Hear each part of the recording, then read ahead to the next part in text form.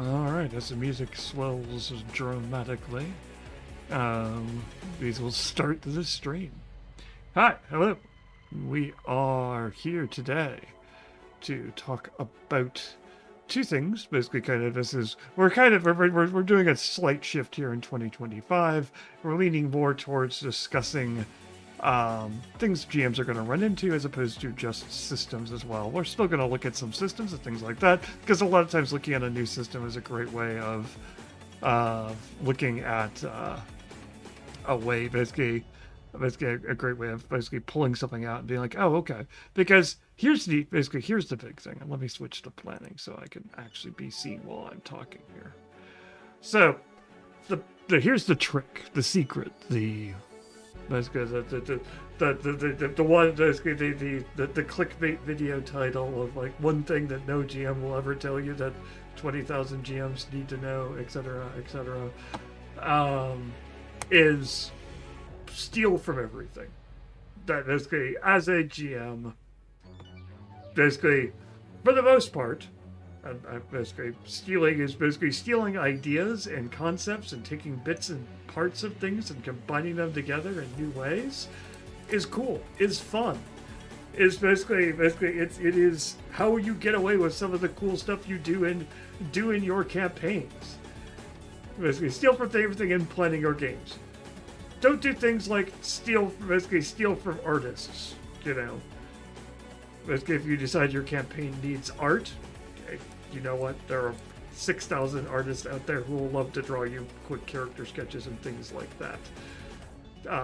Pay them. Don't just be like, hey, I hear this chat GPT thing. And basically, 600,000. Yeah. It is not hard to find artists who are willing to do sketches and other stuff. Evening, Wolf Mom.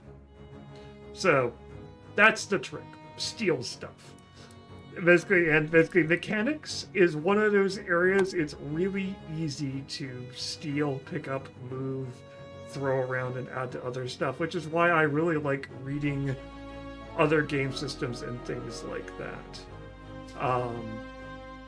Because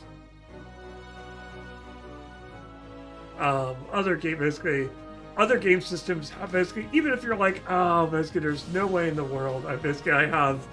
I have too many games, too many irons in the fire. There's no way I'm going to play the Alien RPG. There's no way I'm going to also play Mothership. There's no way I'm going to find the group to play Fabula Ultima with the game system we're looking at talking about here today.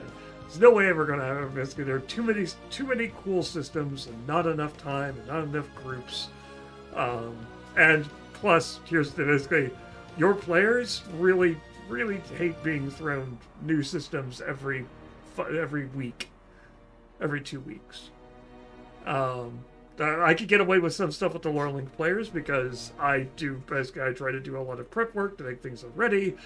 Secondly, they also literally get paid for it. It is part of their job. And so they're a little bit more willing to put up with, hey, let's try this new thing or this system and things like that. They're more willing to have things thrown at them. But in general, most of your campaigns, yes, you get paid. I think the post-hypnotic suggestion's starting to wear off on Tony. We're going to have to re-up that. Tony, report to HR after this, and basically say that you need to discuss your salary, and then look directly into the light that they've shined in your eyes. It's fine.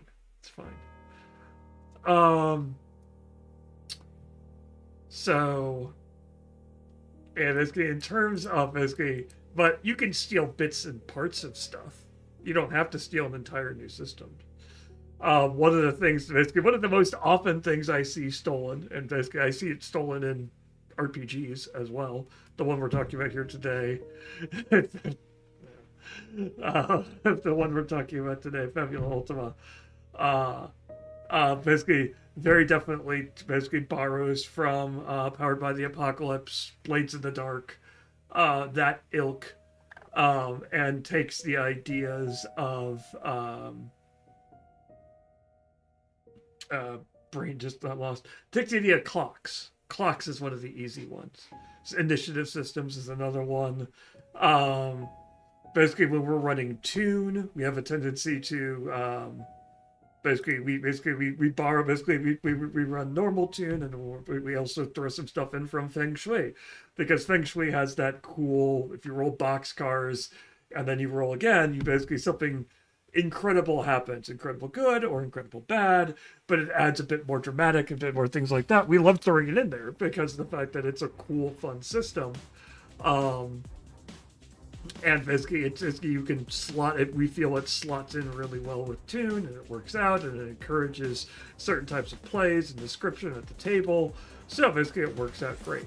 So that's what you can give basically for being basically. So just because you as a GM are like, oh, there's no way in the world I will ever play that. Basically, get a chance to play that campaign. Basically, now money is a different issue, but in terms of basically.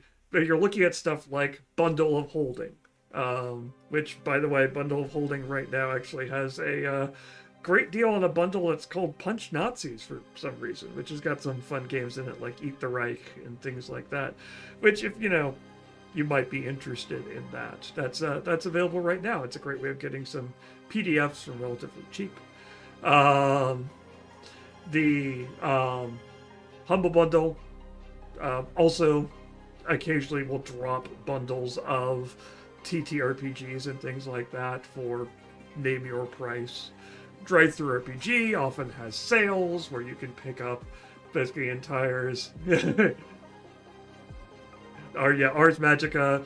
This basically Fabula Ultima I acquired from Bundle of Holding because they had a bundle of it out there that was reasonably well priced. I'm like, oh, I'm interested in Fabula Ultima. I like the idea of it.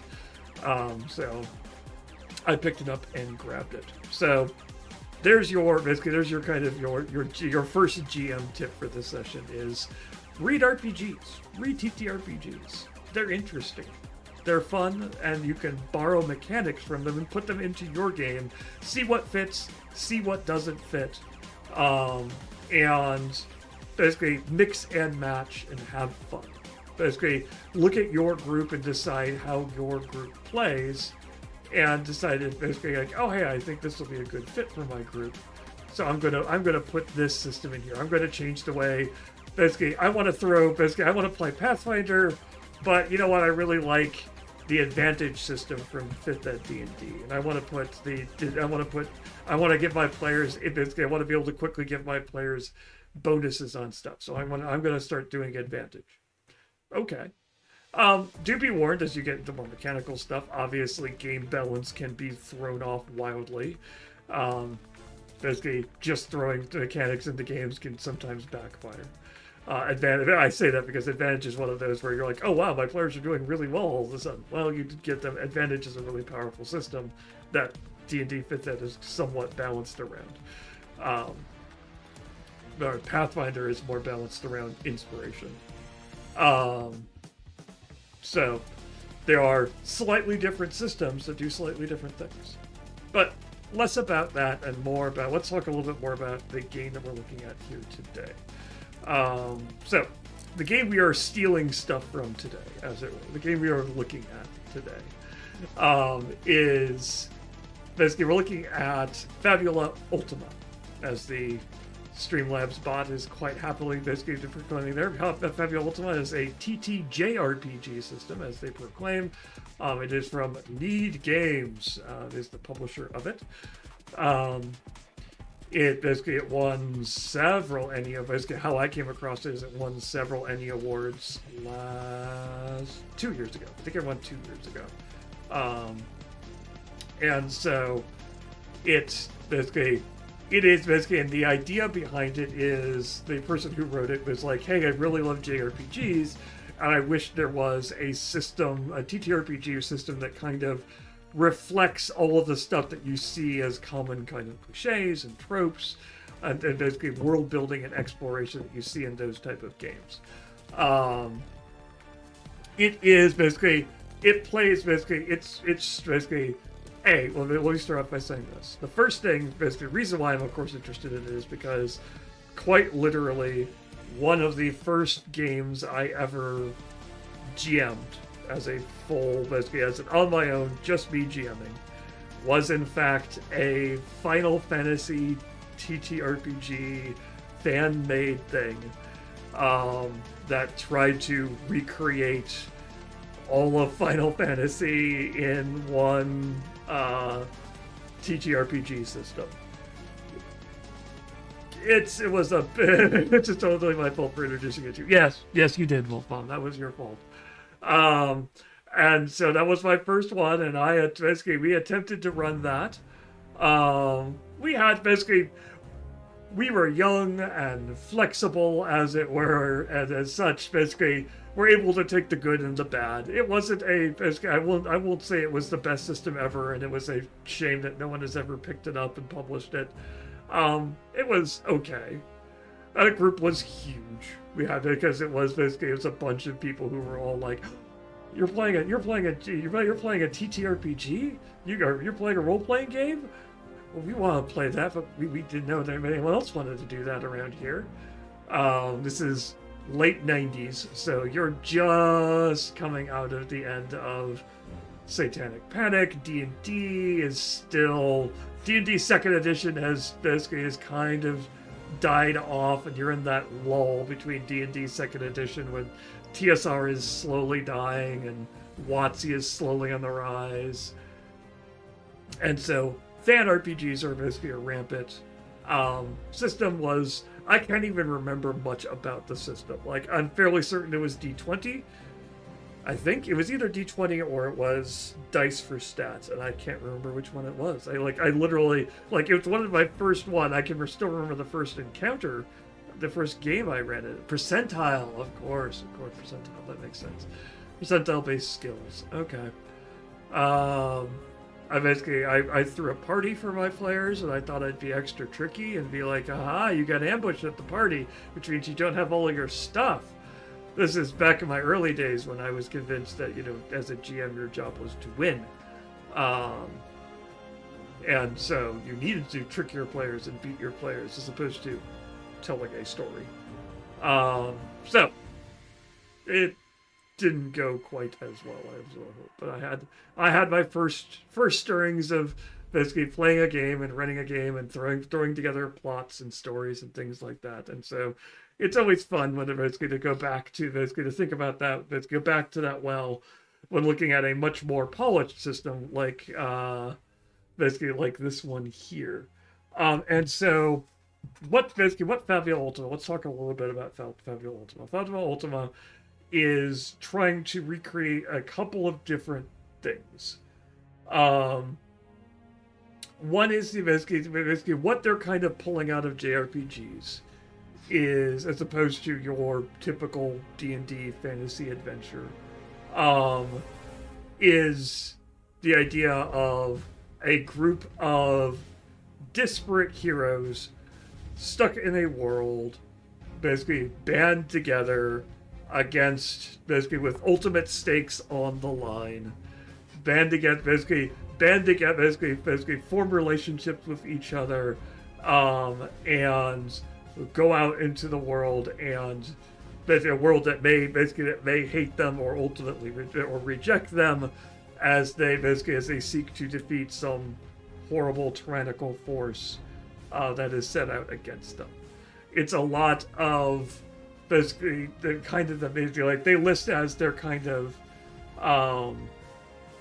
they list their key pillars that they list. Let me see if I can't find it. That's pardon me as I smack the mic. The key pillars that they list are ancient ruins and harsh lands, a world in peril, clashing communities, everything has a soul, magic and technology, because a lot of JRPGs kind of do that balance between there are either you are a civilization built on the ruins of a previous, much more advanced civilization, or you're a civilization which is just starting to break into having powerful technology, and it's that push against the old world and the new world that's coming. Heroes of many shapes and sizes, basically who are the focus of the world, and mystery, discovery, and growth are what they list as their 8 pillars. The big thing that they're kind of trying to push for is the idea of the fact that basically they list a couple different kind of worlds. You have high fantasy, which is your your D&D type story is high fantasy.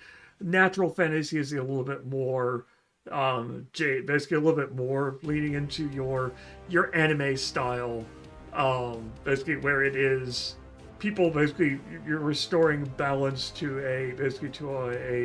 a world where everything basically there's been a coexistence and something is threatening that coexistence, but it's all beautiful open meadows. Think Ghibli. Basically that's kind of the idea of basically what if you were playing an RPG based in a Ghibli world. There is another really great one which we'll probably play on the stream at some point, basically talk about in the stream at some point, which is another example of that natural fantasy, but we'll talk about which has more to do with later.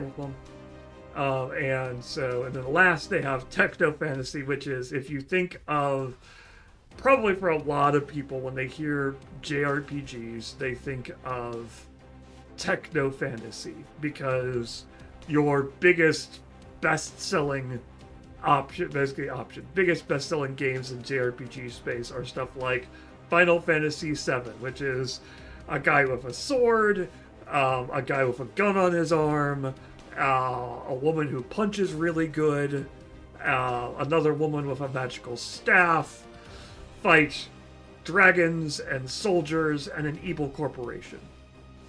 And the guy with the sword famously rides a motorcycle. It's that idea of this weird kind of overlap, basically, where you're what if technology got brought to a fantasy magical land. What is it? I mean, that basically, if you have never played Final Fantasy 720, it is just a wee bit anti-capitalist. That's a wee bit anti-capitalist. And you can clean most of those things in Power Watch Simulator. Coming to a stream near you, possibly, at some point. We might do that at some point. But in any case, that is basically, so that's kind of that is your, basically, a lot of people will think of JRPGs, that's the world they think of. Basically, you've got magic swords right next to somebody with a magic gun. Very, basically, steampunk, basically magical punk, things like that. And so that's kind of the background that Fabula Ultima is working with. And so this is a skill. Basically, its system uses dice as skills. So the better the skill you have, the better the die you have, which is similar to Kids on Bikes. That's how kids on bikes, kids on brooms. That's how they do their skill system. Basically, so if you're really good in a skill, you're rolling a d20 for it. If you're not great at it, you're rolling a d6. But the big things that they kind of, basically, the areas that kind of want to focus on, basically things that they kind of add in, they have traits, which basically they have traits and themes for your character which have a mechanical impact. When we played just last month, when we talked about and played basically Mage the Ascension, the Victorian Age, 20th anniversary words. We talked a lot. Basically there was the aspects of the character which are on the background, which are kind of like, oh, if you have these traits for your character which are supposed to inform them, and if your character plays into them, congrats, you can get willpower. You can get some of your freebie points back. is literally basically what that system was for. It was just kind of there. Um, basically some players will really kind of dig into it, but it isn't as basically in my mind it's not as powerful as something like what they do here in Fabula Ultima, which is they have traits like identities and themes and origins, and these are things that your character can call out when they're rolling their dice to be like, hey, my character basically has a theme of ambition, or basically my character is basically one of their basically they don't want to be basically like they want basically of belonging. They want to belong to a group. One of the examples they give is this character is having to run to basically two of their friends are being taken away or they need to defend. And I need to stop using the word basically. Thank you. You need to defend your character. Basically, you need to defend your fellow party members. You need to be able to, in order to make that role, you can invoke the fact that you're like, hey, my character really has a strong sense of belonging, and you're taking away their community from them. So I'm going to call that out and use that to basically justify getting a bonus on this roll. And they have those ideas. They also have something called bonds, which are ways of linking characters together that you can use as a bonus on die rolls involving that character. So if you they can be with other party members, they can be with the villain, they can be with an NPC. But they're rated 1 to 3, and every time you pick it, you associate an emotion with it. And the emotions comes in pairs, either admiration or inferiority, loyalty or mistrust, affection or hatred. So every time you want to increase the bond, if you think something has happened, you're like, okay, I think basically this character now feels that they're admiring this character, they have a bond with this character, they feel like they're a mentor. Okay, that could be admiration.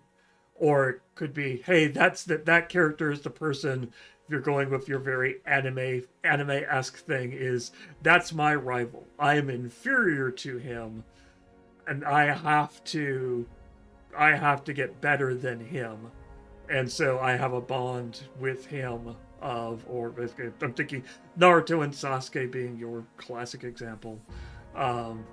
Naruto feels inferior to Sasuke, and that's his bond with Sasuke, is because basically he draws on that strength in order to beat Sasuke, in order to overcome whatever he's doing currently. He's like, he has to do better because he needs to be better than Sasuke.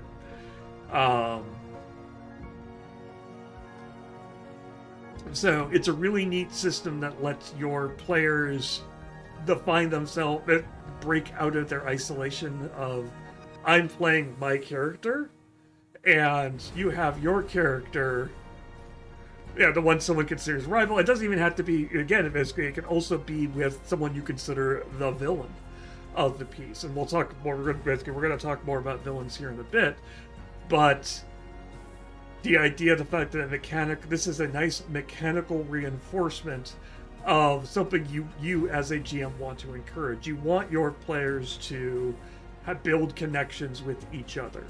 You want your players to build connections either to the NPCs or the villains or whatever you have in your game. And a lot of times when you're playing, it's hard to figure out, oh, hey, I really want to reward that. Like D&D, you can give out inspiration and things like that, but outside of that, there's no real mechanical way of saying, oh, hey, because you have this bond with this person, I will let you basically get a bonus for something because of that, to pull on that bond or pull on that character background and be able to be like, oh, okay, cool, now my character is I'm digging more into what my character is and why my character is doing the things that they're doing, because that's kind of key for what they want to build, what they're building a JRPG. Because in JRPGs, it's all about your heroes having those big moments, like Broadway. Basically, they're having their big Broadway moment of basically their "I Want" song. They're reaching for something. They're basically you want them to have that moment of, this is what I'm fighting for. Um, this is what I'm doing. This is why I'm here. And you're like, cool. Let's reward that. Um, a very quixotic, yes. Um, and so I like that they put that in there as a way of being like, hey, let us help you as a GM. Let's give you something to let's do something that we've balanced and thought out and worked in, to be able to be like, oh, okay, cool. This works in this system. We have balanced the system around this. Like, it has limits and things like that. It's like you can only have 6 bonds, etc., etc. So you can feel a little bit more confident possibly as a new GM, to be like, oh, okay, the game is encouraging me to do this. I can feel good doing it, knowing I'm not going to break the game by going, here you go, basically, have this advantage. Have this bonus. Have this thing. Let's see here. Is there anything else I wanted to talk about in terms of bonds and goals? Oh, the other interesting thing that this system does do. This is going to kind of be the lead into the rest of our conversation here. Is that they like to do this? They offer you the idea. There's not a mechanical there's not really a mechanical and basically kind of system for it, but something they suggest is having cutscenes. Something that is kind of common in JRPGs. And in RPGs in general, and video games in general, and even movies and things like that, but less common in your typical tabletop RPG, is the idea of having a scene as a GM that doesn't involve the players. It's essentially a cutscene. And they encourage you, hey, this is a way that basically you can get information to your players, making your players basically getting your players information that their characters don't have, which that commonly happens. That happens a lot. Basically in games, no matter what you're doing. You're basically you throw a dragon down in front of your character, in front of your players. They're going to assume certain thing. Oh, it breathes some kind of elemental thing at us. It probably flies. It has a tail, etc., etc. There's basically they probably hoard. They may have a hoard of treasure. Their armor class is going to be high, etc., etc. These are all things that your players know that your characters may or may not necessarily know. And as a GM, you kind of have to manage that. But basically doing this as a deliberate part, doing this as basically you're using it to set the stakes for the players, not necessarily the characters. And it can also use it as a way of giving information, of pointing the players in a direction to help the game flow more naturally. It's the idea of the fact that it's basically like we got here in LoreLink, we have an entire section called events in LoreLink. Because events are key parts of what goes on inside of a game. They are, you've got events, you've got timelines and things like that, and you build all these locations and things like that. But the problem is threading this category here, players, through all of those things in a way that really feels basically that builds up the story in the way that you are planning it out. Like, you know that basically you want the players to head towards this castle because of the fact that you've put the MacGuffin, the princess, the the prince, the villain, whatever, is in that castle, and you want the players to go to that castle next. And you can railroad the players. You can say you wake up this morning, you leave the inn, and you go to the castle. The end. There are no branches. It is scene 1, scene 2. Or you can be more freeform and be like, oh, as you leave the village, it's basically there is a road in front of you, and it basically lends off, basically, and you can see it, basically there's another path off to the right, which says next village 300 miles, the village of Tomlin. And you can go, basically, there's that over there, and you can see there are fields around you, which basically are bountiful and peaceful and things like that. And off in the distance, high up on a hill, there is a castle with thunderstorms and basically lightning booming around it, and basically the gates are open, and the people in the town basically whisper behind your back about, oh, that's the castle where fabulous treasure and wealth goes, but no one ever goes there, ever comes back, at least not unchanged. You can do that, and basically you can, and even with all of that, your players may still choose to, you know what? I think somebody mentioned Tamlin at one point, didn't they? Yeah, I'm fairly certain somebody mentioned Tamlin. I think that's where basically that bit of backstory or random thing you introduced, but that you completely forgot about. It basically is, we should go there first because that's probably important. That castle, I'm not certain about it.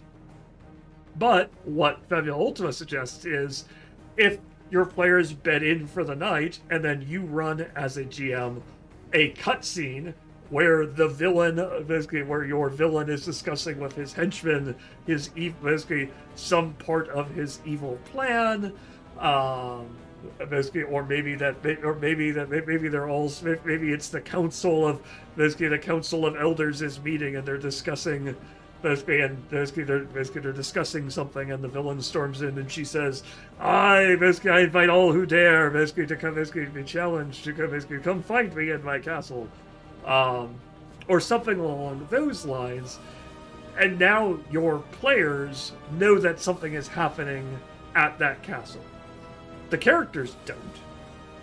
The players do, but the characters don't.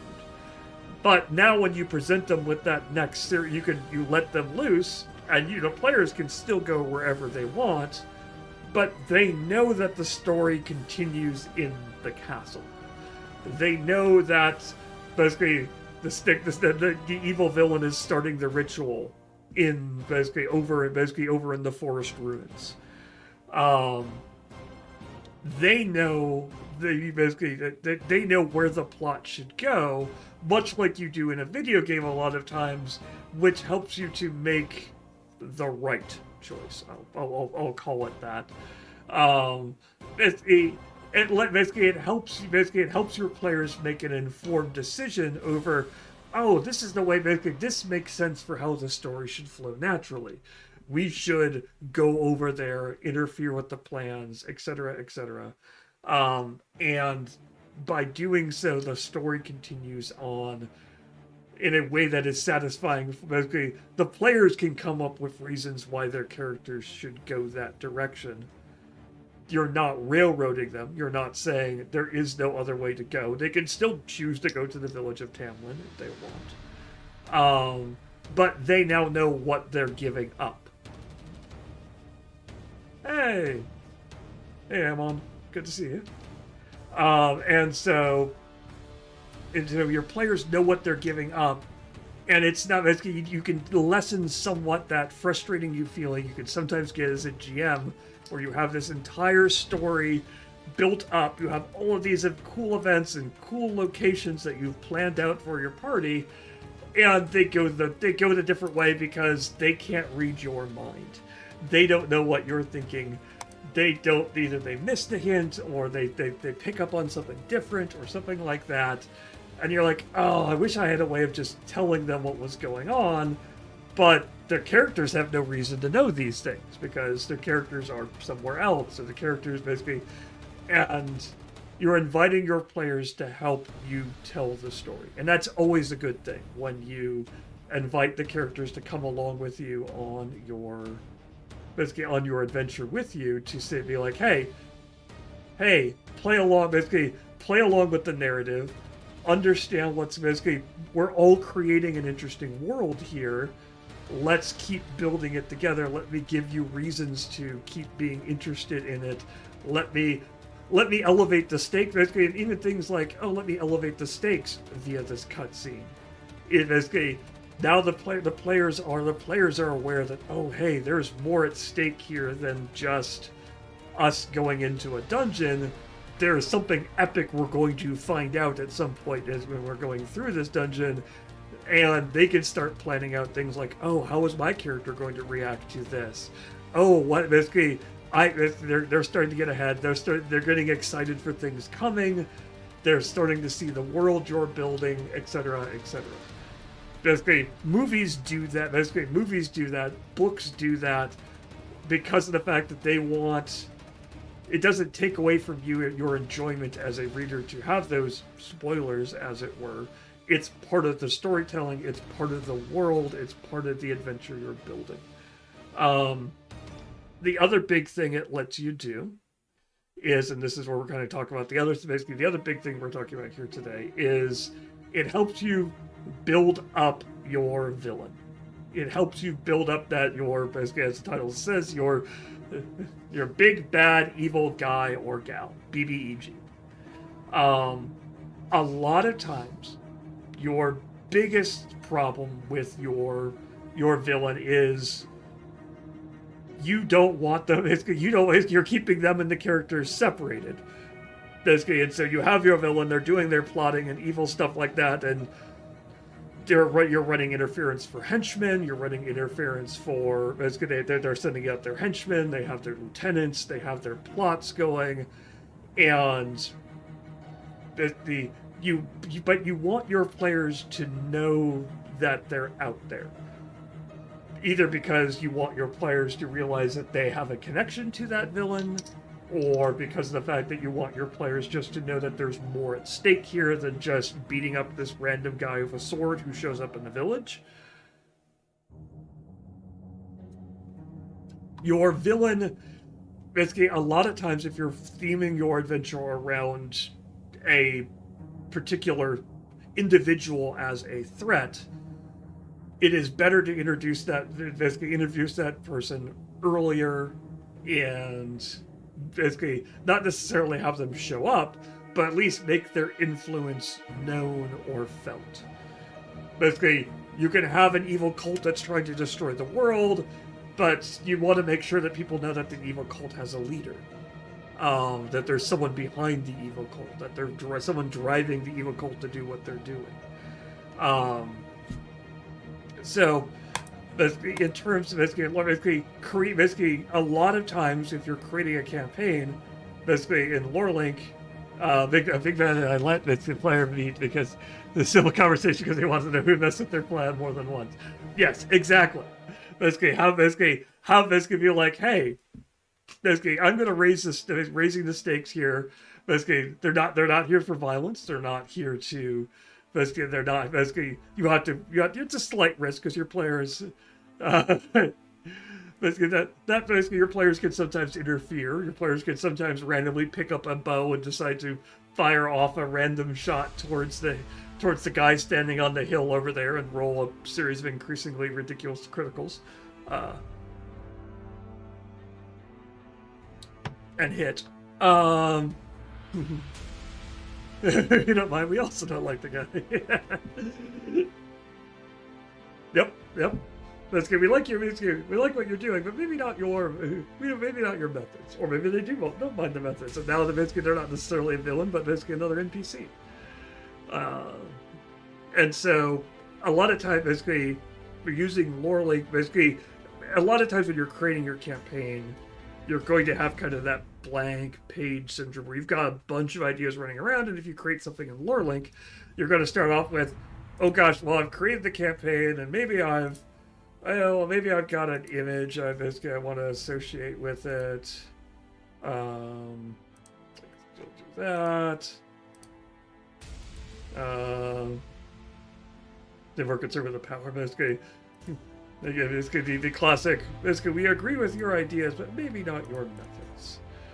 Do you realize the consequences for what you're doing? Which is a lot of times what makes a good villain is when you're coming up with this idea for your villain. You're coming up with this basically what is basically there's a problem in the world.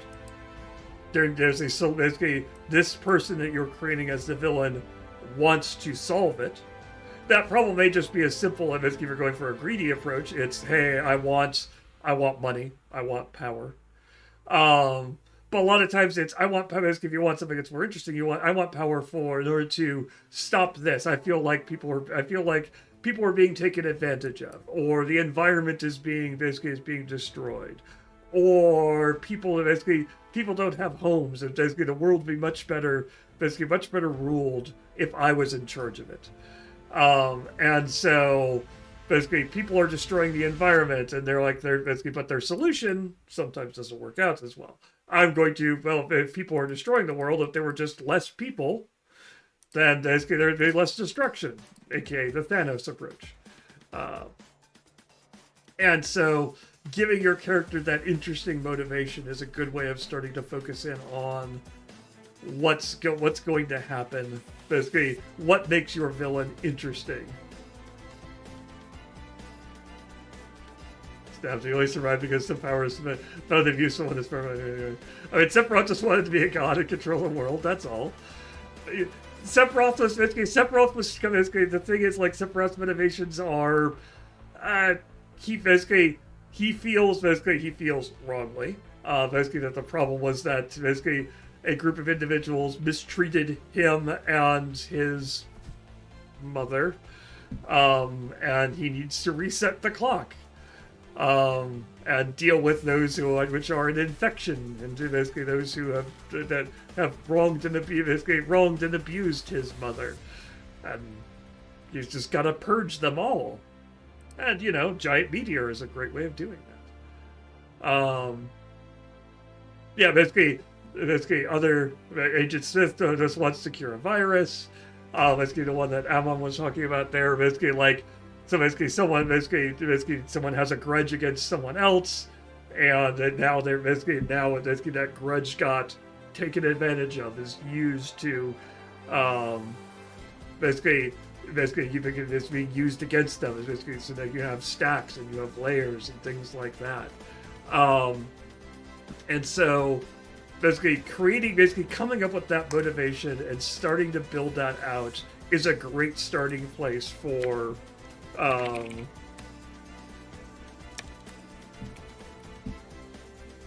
basically a great starting place for when you're building a campaign out. It basically is, you've got a bunch of events and locations and things like that, but maybe just start with the villain. Start writing down just, hey, here's some of their motivations, here's their problem.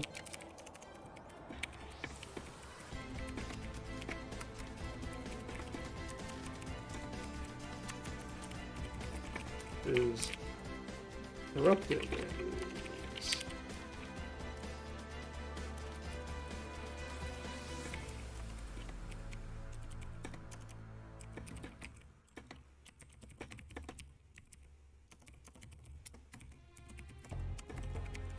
Their solution is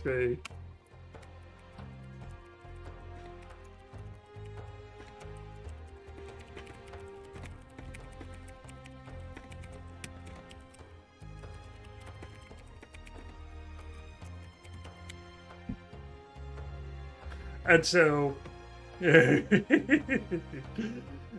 so you can basically start off with that motivation. So already you're starting to be like, okay, we've got a world government. So now, once I deal with that, basically it's a big bad developed, I throw away programs organized. Basically, he had a potential, and I expanded it a bit behind the scenes because it fit. Yep. And basically, that's a lot of basically. And the other, okay, so pause. I'm going to pause slightly. Here's and I saw this go by the other day when I was basically looking at BBEGs and basically people discussing how they deal with them. basically a lot of problems when you're first running your first campaign and things like that. You have to realize right at the bat. I've seen basically Dimension 20 talk about it. I've seen seen Quinn of Quinn's Quest basically, and Shut Up and Sit Down talk about when we talk about RPGs is we've developed somewhat of an expectation, possibly basically maybe wrong, maybe right, which has been filtered a little bit by things like Dimension 20, things like Critical Role, Adventure Zone, and things like that, where you have a group of highly paid writers, a group of highly paid and trained actors, and their games are heavily edited and polished. And so one thing you have to realize, and you may have to deal with, is the fact that games can be, depending on your group, games can get silly. Games basically these are high stakes, high importance things, but you're talking about them while sitting around a table with bags of snacks and pizza and other things and caffeine and or alcohol or water or whatever you're drinking, people getting up and stopping in the middle of stuff to go to the bathroom, people disappearing because they have to go on vacation or something like that. It's not going to be as polished as you've seen on those things. Expect that your big bad, when they first show up, if you're not careful, basically you could misspeak, you could say something wrong, and your players may joke about it. They may be like, oh, okay. Or basically because of a bad series of rolls, your villain's dramatic entrance gets interrupted, or their henchmen or basically die within 2 hits, because their plan doesn't work out because of bad rolls. No matter how the players manage to avoid all the traps and find everything. And as a GM, let it happen. Don't be upset. Don't focus in on these things and feel like, no, I'm trying to tell this really epic story here, guys, and just because he tripped and fell down that one time doesn't mean you should basically keep referring to him as Clumsy McClumsy Face or something like that. Just realize the fact that your villain's plans may not go as planned. Realize the fact that things can happen when you introduce your players, which are a big ball of chaos, and you introduce them to your villain's organized, well thought out plan that you have written down and you come up with and you stored here in Lore Link.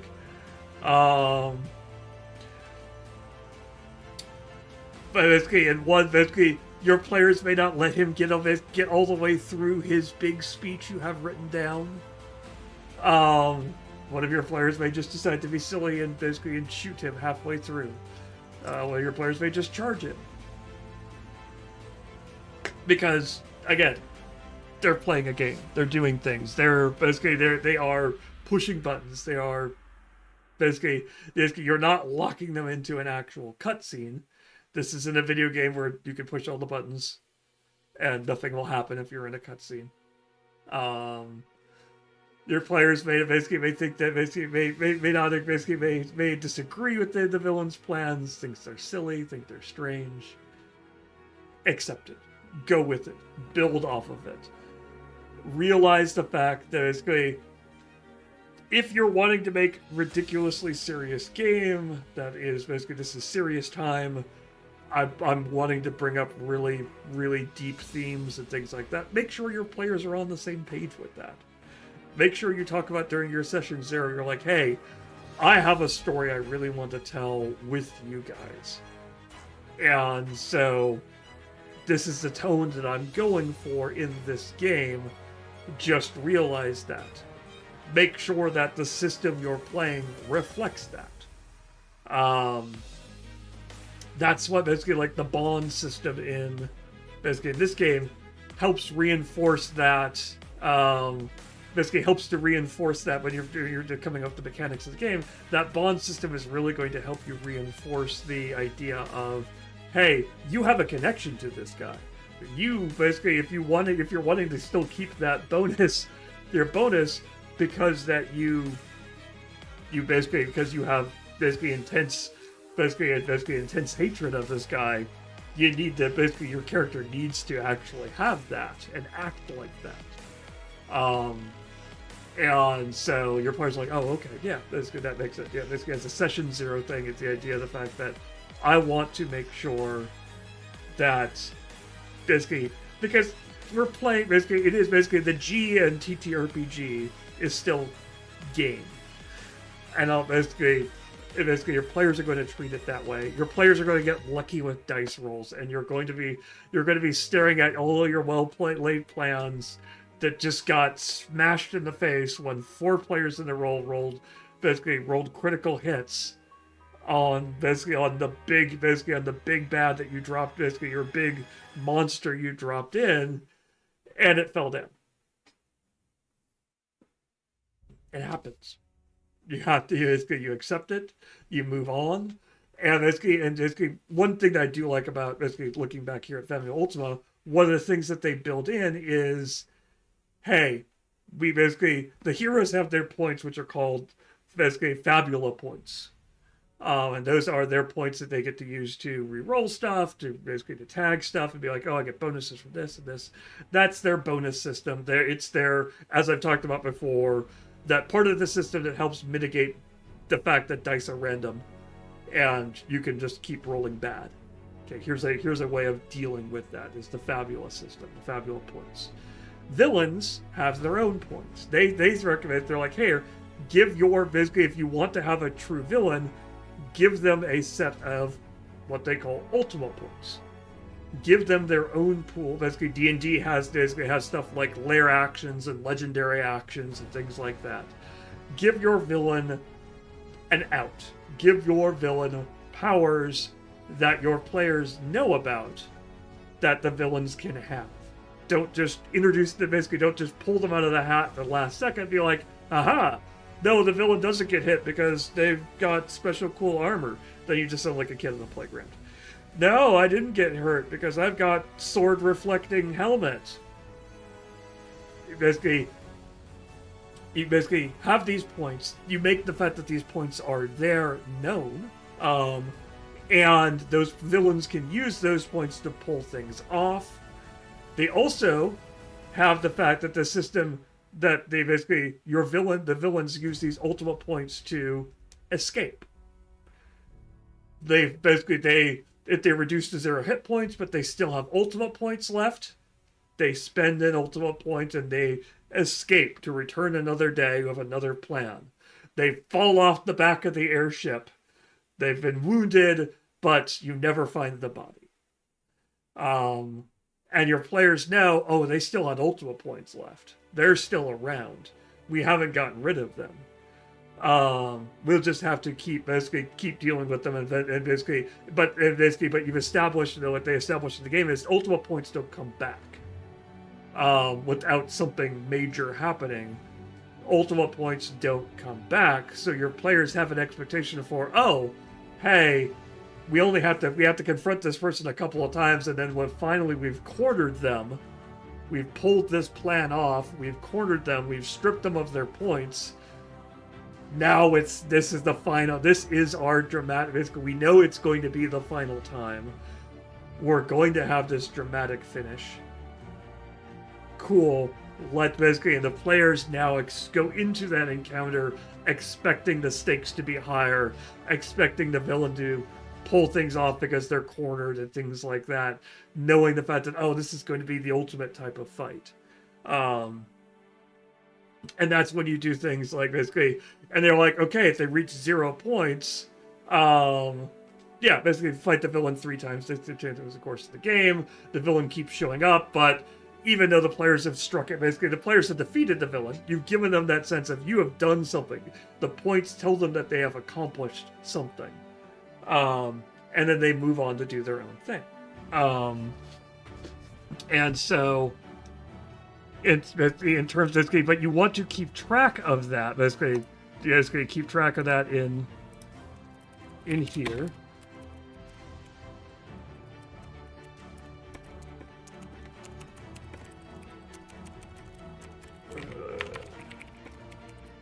because that is a number that you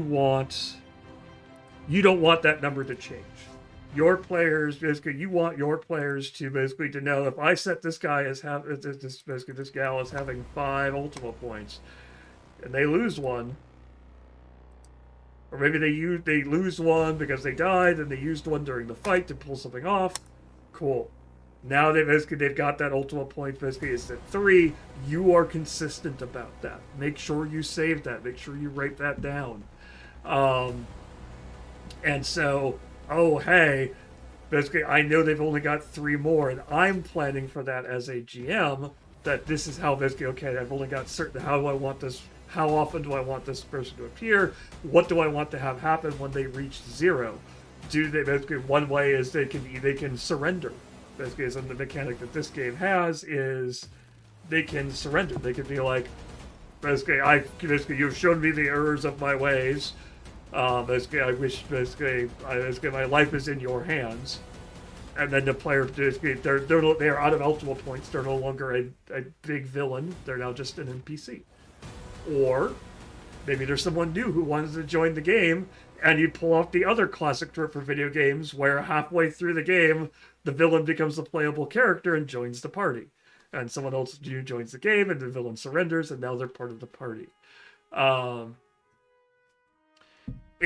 it's an interesting, basically, it's a great way of, I like the idea of, it's a good way of dealing with that, basically mitigating that fact that, hey, as a GM, you're going to screw up. Your villains are going to have bad days.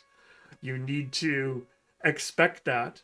You need to have solutions in place to mitigate it. Basically, like D&D does it with legendary resistances. So when your character, basically when your super powerful dragon boss gets punched, basically manages to absolutely fall on their face because they failed a saving throw against a fireball or something like that.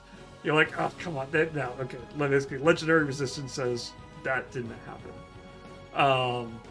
And that, because that is an expectation for the players, this is something that the players know about in the game, that because you hopefully have brought this up basically either at the start of the fight or something like that, that hey, this is a villain, they are different than a normal encounter, the rules are going to change slightly. Understand that. Because again, you want your players to feel like this is exciting, triumphant, interesting. If you've made it to be either the center point or a milestone part of your game, which villains are what you should use as your milestone points of your game. Defeating a villain should feel like reaching the end of a book, reaching the end of possibly the end of a part. It's end of a level of a video game. It is something that changes something. Basically, again, if you're working with the Ultimate system or things like that, this is something your players have built connections to, that they have links to in their backstory. Because again, this should be something that you've been building up to. So just creating this villain here and you dump a bunch of stuff in this description isn't enough. You want, basically, when you're building it out, make sure that you've got your players in here as well, and you're starting to build connections with them as well. So you're going, okay,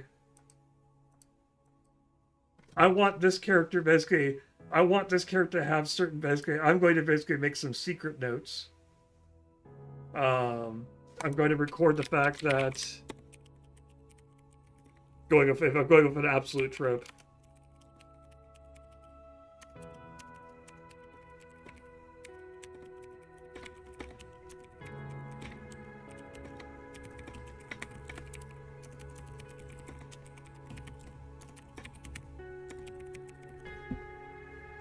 You can do stuff like, obviously there's the trope, basically like something like that as a trope. You can also do more interesting things, like basically Amon was talking about earlier with, hey, these characters have links to this other noble that they've encountered, someone else that they're aware of their world. Basically, again, going back to that the villain has basically an association with a problem that the players are aware of, but they clash when it comes to dealing with that problem. They shouldn't appear out of left field. As much as I love Paizo and Pathfinder 2, and I run a bunch of games in it, one of my biggest gripes with their adventure paths is a lot of the times they have their adventure paths and they've planned them out in advance and they have 5 books, but they do a terrible job a lot of times of introducing the villain of the piece until book 5. Maybe book 4. Like, it's just not there at all. There are notes in the book, like, talking about, oh yeah, this is this villain's plan all along, and that's why the characters are running into this thing. But the players have no idea. The players don't even hear the name of the villain, Villain McVillainface, until book 3. And then book 4, they're like, oh yeah, Villain McVillainface is actually the leader of the cult. Oh, that's why we've been seeing this guy around here. Oh, okay. Okay, I guess we don't like that guy. I mean, I guess they've been behind everything. And it's a lot of the time when I'm working, even when you're running a pre-made adventure, like those adventure paths from Paizo, I suggest reading through, if not the entire all of the books, at least the summaries that they give you of here's everything that's going on, and start adding in those things earlier. Start giving the players hints to, hey, something weird is going on here. Hey, this is the basically there is more than what seems here. Someone mentions names. Notes are found basically that have been sent to people, basically from henchman to lieutenant, talking about the boss. Build up your system, basically build up your world, so that, I have to change the battery in my headset here. Build up the world so that basically your players aren't surprised by your villain. They are intrigued by them. They're interested in it. They want to interact with it. They want to figure out what's going on. And basically, and even if it is just, I'm getting real tired of this guy showing up. Even if it's just that. I'm really tired of hearing the name Anita. We keep running into this name Anita, and we haven't found Anita. But we keep running into this Anita name all over the place. They seem to be mixed up in a bunch of stuff. Start dropping them early. Maybe start sharing some stuff with your players, working with your players. Basically, again, Session 0 is great for this. Listen to your character's backstory, and while you may have come up with this grand idea of how things are working, go back and edit. Basically, when you get their description, their backstory, go back through and add those notes, those secret notes that you're not sharing with your players, which are connecting things, putting things together, rewriting parts of your story to be like, oh, okay, they're both from this they're from this town, and this disaster happened there, and that is what caused them to go out on this adventure. You don't have to, basically, you could do it as just, oh, the villain A caused that disaster, or you could make it multiple steps removed, make it tangentially related, make it as either something that the villain caused, something that the villain's henchman did, something that basically, or even who is Atlas from BioShock? Or just make it something that maybe it's the same problem. What happened in their town is something that happens similar to the villain, and it's a similar problem that the villain is trying to cause, but again, their methodologies are causing them to conflict. Connect those dots. Basically, you have the power as the GM to connect those dots early, to make it all, basically to make it related in the end. It doesn't have to be everything is related. It doesn't have to be everything is connected. It's magical. It's mysterious. That basically somehow everything was always connected. And basically it's always been this, and The players should have seen, basically, the players basically should have known, and I'm screwing up this battery thing. I may have just stuck it in the absolutely backwards. Cool. I will deal with that after the stream. This is an RPG, not Lost. Yes. Have an ending. Or at least an idea when you start. Don't basically, not every character's backstory has to be connected to that. Maybe go through and just connect the backstories to other players. Basically go through and basically, oh yeah, I'm just trying my setup. Slowly but surely, apparently.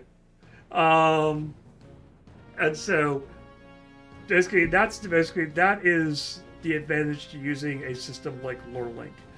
Basically, it is really easy for me to link things together in here, make notes of how things are connected, and access them and be able to keep track of that and be like, oh wait, how did player choose backstory relate in? What was player two's backstory?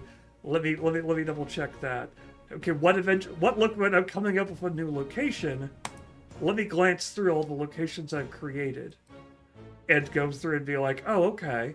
Right. Basically, the player's backstory already created the town by the river. They already created the castle town. They already have the daughter of a noble. All of that's already created. My players have started to create, or I've already created that, or I've already referenced that in a previous session. Basically, keeping track of all of that can be a hassle if you're trying to balance it through notepads or word pads or other stuff. You can do it. Basically, people have it. Basically, notebooks, and basically people have been playing role-playing games for longer than the World Wide Web has existed. But, hey, the power is here. Use it. Basically, tags is another great way. Basically, our tagging system is a great way of being able to... I can establish... When I establish that villain, remember I talked about the cult?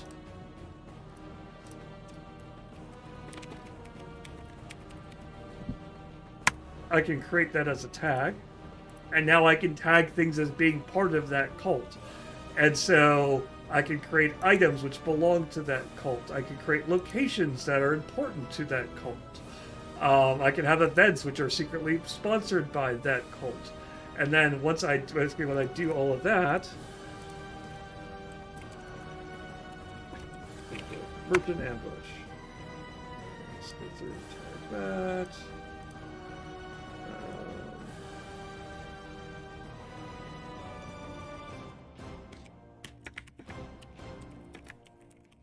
The Bridge of Dark Souls, where people go rolling off and things like that. And I tag that to the cult. Basically, I can come in here, and I've got a quick way of seeing, what all does this cult own? Who is it? Basically, which things have I created which are part of that cult? All of that is... Basically, all of that is basically you can look that up and keep track of that much easier, and you can make your web span out further without having to deal with, oh gosh, how many different people do I have in this organization, and who's in what? Basically, what locations are there? I forgot. Basically, I have to either have my own separate page for it. It's right here. It's all right here. Easy to add. Easy to look up.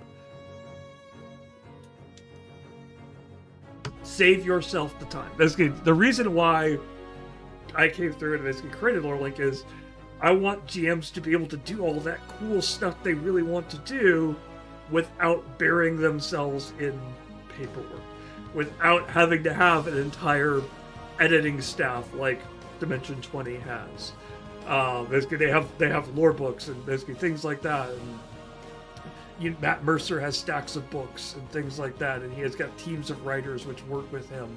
And he's got incredibly awesome, basically, improvers and things like that, which feed him really cool prompts and settings and things like that because they're literally professionals. But all of that, basically, let's just make that a little bit easier. Let's make that a little bit nicer. That's the reason why I've created, we've created, because it's not just me, it's a team. Created this is because we all believe in, hey, role-playing games are fun. They are basically, we want to play them. We want to introduce more people to them. We want more people to be able to tell the cool stories they have, to pull these villains that they have brewing in their backs of their minds that they want to have these super cool plots, but they're afraid of, oh, that's too complicated. Yeah, basically, let's make it easier, and that's why that's the reason why we've created Lorelink. So, all of that to say, given time and things like that, if you are interested in Lorelink, good news. Basically, all the stuff I've been talking about, tags and villains and notes and things like that, all that is available for free. There is basically, you can basically right now go over to basically the Get Started link that just popped up in chat. It is available. Basically, it's a free world tier account, which gets you 2 campaigns. Which the campaigns have players and sessions and timelines and events and locations. All that stuff you see here is available to free tiers. Tags is part of that as well. All that is part of the free tier. You can basically, the only limit on the free tier is just 2 campaigns. There are some other cooler features that we've added in, which are basically behind paywalls, as it were. And basically those will be coming soon, as it were. But for now, the world tier account is for free. Check it out. Look at it. Create some campaigns. Link stuff together. Have fun. Go out. We create coming soon. So all that is available right now. Go over to the Get Started page. You can check that out right there. If you are interested in basically seeing the Lorelink more in action, we are streaming here on Tuesdays, generally around 5 p.m. Occasionally we have other days. We stream when we are streaming basically either games when we're actually running Lorelink, or basically sessions where more other planning sessions, or even the occasional video games. Because again, like I said, steal stuff, steal ideas for video games, play JRPGs. Basically say, hey, that's cool, I want to pull that in. Basically, that's the reason why we do all that stuff here on this channel. If you want to find out what we're doing in the future, you can. Basically, the easiest way, of course, is to push the little bell that basically you can follow us, and that will give you a quick notification that says, hey, cool, they're streaming again. And that will pop up, and it'll give you a little message saying what we're planning on streaming. So cheap, it's easy, it's free, it helps us, it gives you a cool little notification. Awesome. If you really like what we're doing here, and you want to be able to encourage us to keep doing that, keep doing it here, cool. You can subscribe to us here. You can, if you happen to have an Amazon Prime account, you can use the free Amazon Prime Twitch gaming subscription. Prime Gaming, I believe it is called. And that gets you a free subscription to give to a streamer of your choice. Takes money out of Jeff Bezos' pockets and puts it into ours, which we will then give you cool emotes like what this 20 just spammed, and we also gives you the guarantee that the money you have taken from Jeff Bezos to give it to us will never be spent on a physical yacht, only DLC yachts. If you're watching this over on YouTube, the YouTube channel is where you can check all if you want to check out the Mage the Ascension I was just talking about previously in this chat. I planned out a game in Mage the Ascension in Lorelink, so you can check that out there. You can then watch us play through that adventure, where I subjected players to dinosaurs and color color puzzles. I'm thinking Lonely Island. I'm on a boat. I feel that's appropriate.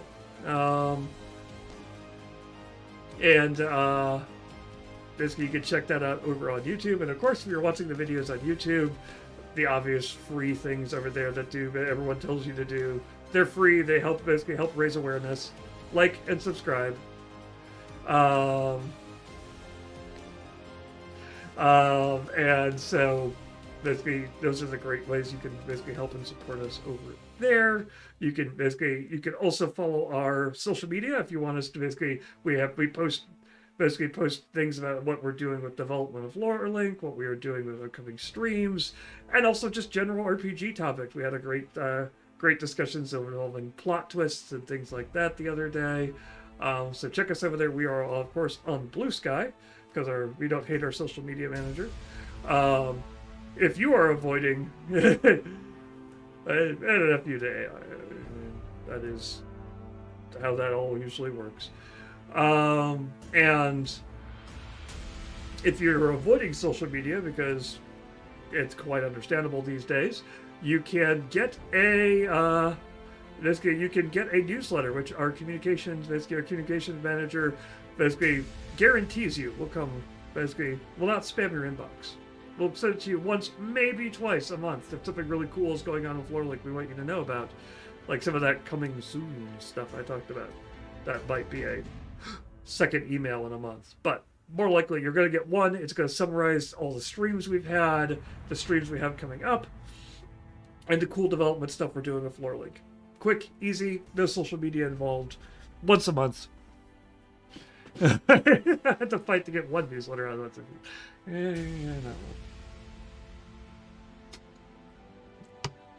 We've got so many cool things to do. Writing newsletters sometimes slips our minds. We're sorry. So, what are we doing for the rest of this month? Next week, for example, we are planning out superhero stuff. We are going to be taking a look at scheduling's always a mess. Next month we are going to be looking at City of Mist, and in particular, given that we have Marvel movies, the Marvel Cinematic Universe is coming back, the Superman movie is coming back, so you're probably might getting your players poking you like, hey, can we try out a superhero game? I want to try out a superhero game. And superhero games are cool and fun, and then you realize, oh gosh, I have to run a superhero fight scene. How in the world do you run a superhero fight scene? Yeah, Superman movie, new Superman movie in June, July, somewhere around there. James Gunn. So that's coming out. That's coming out soon. We've got Captain America, Thunderbolts, asterisk. We've got a Super Bowl spot. So all those things are going. All those things are coming, and so we're going to look at one of the more interesting superhero games. It's not your traditional classic one. It's a little bit more like play your favorite. It is basically it does exactly what a lot of superhero games devolve into. It kind of jumps the middleman, as it were. A lot of superhero games are like, hey, basically we're going to be a bunch of options to create whatever, and you're just going to end up recreating Batman or basically Shadowcat or Phoenix or Cyclops or something like that. And City of Mist just says, hey, what if we just let you do that directly? What if you just want to be kind of a Goku? You could just kind of be a Goku. And so City of Mist kind of does that, but you're still going to have your interesting fight scenes and things like that. And so how we deal with that in Lorelink, how you set that up, and how you prepare to have one of those is going to be our topic of conversation for next week. The week after that, we will be then basically taking we're going to have some fun with superheroes. We're going to take a week off from planning around in Lorelink. We're going to play around in the classic superhero action game, Marvel Ultimate Alliance. Stuff will explode. Likely next to each other. Walls, buildings. One of the major things I've ever about Marvel Ultimate Alliance is just about everything is destructible. Walls, computer consoles, barrels, all blows up. Probably not. I mean, what are the odds that friendly fire happens? That doesn't happen ever. Players, no, not this group. In any case, basically, so that is what we're doing for the rest of February. March and April, we have basically March and April. We've got a bunch of other exciting things coming as well. We're going to be looking into things like Pendragon and things like that.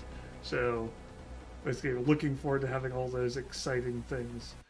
So those are coming soon.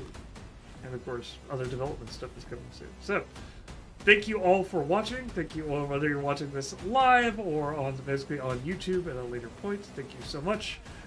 We appreciate it. So we will catch you all later. Have a good night.